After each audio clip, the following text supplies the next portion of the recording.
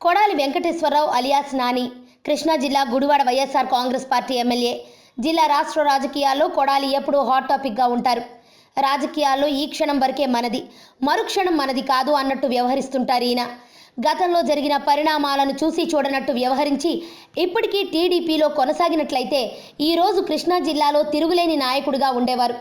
Party మారి వైఎస్ఆర్సీపీలో ఉన్నా, ప్రతిపక్ష పార్టీలో నాని కొనసాగుతున్నా ఆయన హవా ఏమాత్రం తగ్గలేదు. ఏమాత్రం భయం సందేహం లేకుండా మాట్లాడతారాయన. వైసీపీలో ఉన్న కొడాలి నానికి ఎన్టీఆర్ కుటుంబంతో, ముఖ్యంగా నందమూరి హరికృష్ణ, ఆయన కుమారుడు జూనియర్ ఎన్టీఆర్తో సన్నిహిత సంబంధాలున్నాయి. గతంలో టీడీపీలో ఉన్నప్పుడు కూడా ఆ పార్టీ అధినేత చంద్రబాబుపై విమర్శలు గుప్పించేవారట. అసలు కొడాలి నాని 2014 ఎన్నికల ముందు వైఎస్ఆర్ కాంగ్రెస్ పార్టీలో చేరడమే ఓ సంచలనం. టీడీపీకి ఎమ్మెల్యే పదవికి రాజీనామా చేయకముందే జైల్లో ఉన్న వైసీపీ అధినేత జగన్మోహన్ రెడ్డిని కలిసొచ్చారు. అనంతరం రాజీనామా చేసి విజయమ్మ సమక్షంలో వైసీపీలో చేరి చంద్రబాబుపై దుమ్మెత్తిపోశారు. అంతేకాదు, నాని రాజీనామా సెగ జూనియర్ ఎన్టీఆర్కు కూడా తగిలింది. నాని రాజీనామాతో తనకు సంబంధం లేదని జూనియర్ ఎన్టీఆర్ హైదరాబాద్లో పత్రికా విలేకరుల సమావేశం ఏర్పాటు చేసి మరీ చెప్పాల్సి వచ్చింది. అప్పటి నుంచి తెలుగుదేశం పార్టీకి కొడాలి నానికి మధ్య జిల్లాలో పచ్చగడ్డి వేస్తే భగ్గుమనేంత వైరం ఏర్పడింది. నాని 2014లో వైసీపీ తరపున గెలుపొందారు. అప్పటి నుంచి టీడీపీకి రాజకీయంగా బద్ధశత్రువుగా మారారు నాని. గుడివాడ వైసీపీ కార్యాలయం ఖాళీ చేసే విషయంలో కూడా వివాదం చెలరేగింది. అప్పుడు కూడా నాని చంద్రబాబు కుటుంబంపై తీవ్ర విమర్శలు గుప్పించారు. దీనికి గుడివాడ టీడీపీ నేతలు నేరుగా గుడివాడలో నాని స్థావరం వద్దకే వెళ్లి గొడవపడ్డారు. నాని ఏం చేసినా దాని వెనుక ఒక పరమార్థం ఉంటుంది. అలాగే ఎన్టీఆర్ కుమారుడు, టీడీపీ పొలిట్ బ్యూరో సభ్యుడు నందమూరి హరికృష్ణ కారులో ఎన్టీఆర్ సూపర్ స్పెషాలిటీ పశు వైద్యశాల ప్రారంభోత్సవానికి ఎంట్రీ ఇవ్వడంతో నాని మళ్లీ తెలుగుదేశంలోకి వస్తున్నారనే ప్రచారం మొదలైంది.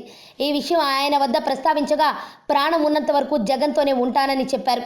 చంద్రబాబును, దేవినేని ఉమా, బొండా ఉమా, మంత్రి అచ్చెన్నాయుడు, ఇతర టీడీపీ సీనియర్ నాయకులను నాని సందర్భాన్ని బట్టి ఏకిపారేశారు. సన్నాసులు, దద్దమ్మలు, సిగ్గులేని సవటలు కుక్కలాగా మొరుగుతున్నారంటూ ఆయా సందర్భాన్ని, కోపాన్ని బట్టి నాని టీడీపీ అగ్రనాయకులందరికీ వరుస పెట్టి వార్నింగులు ఇచ్చారు. నానిని విమర్శించడానికి భయపడేలా నాని టీడీపీని భయపెట్టారు.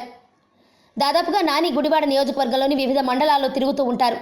స్థానికంగా నాని అనుచర వర్గమంతా ఆయనతో ఉంటారు. జగన్తో సన్నిహితంగా ఉంటూ పార్టీ కార్యక్రమాలను తన నియోజకవర్గంలో వైభవంగా నిర్వహిస్తున్నారు నాని. నానికి అనుచరులు, అభిమానులు వేల సంఖ్యలో ఉంటారు. ఓ ఎమ్మెల్యేకి ఈ స్థాయిలో అభిమానులు ఉంటారా అనిపిస్తుంది నాని ఫాలోయింగ్ చూస్తే. అందుకేనేమో నాని ఎప్పుడూ ఓ సవాల్ విసురుతారు.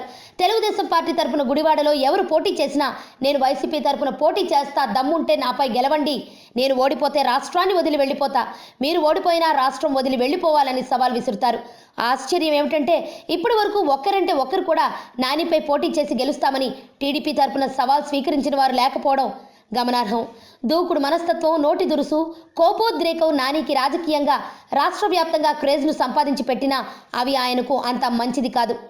వచ్చే ఎన్నికల్లో నానిపై ఎవరు పోటీకి దిగినా ఓడిపోవడం ఖాయమంటూ గుడివాడ టీడీపీ నేతలు చెబుతుండడం విశేషం. ప్లస్లు నియోజకవర్గంలోనే ఉండడం, వ్యక్తిగతంగా నానిని అభిమానించేవారు వేల సంఖ్యలో ఉండడం, రాష్ట్ర వ్యాప్తంగా టీడీపీకి ఎదురుగాలి. మైనస్లు దూకుడు మనస్తత్వం, నోటి దురుసు, కోపోద్రేకం, పబ్లిసిటీ పిచ్చి అంటూ విపక్షాల ఆరోపణలు. ఆరోగ్యవంతమైన జీవితం కోసం మనం పాటించాలి కొన్ని నియమాలని. చిన్ని చిన్ని చిట్కాలతో చింతలేని జీవితాన్ని ఎలా గడపాలి అనే దానికి వీక్షిస్తూనే ఉండండి మన ఆరోగ్యం యూట్యూబ్ ఛానల్. మరిన్ని ఆరోగ్య సూత్రాలకు సబ్స్క్రైబ్ చేసుకోండి.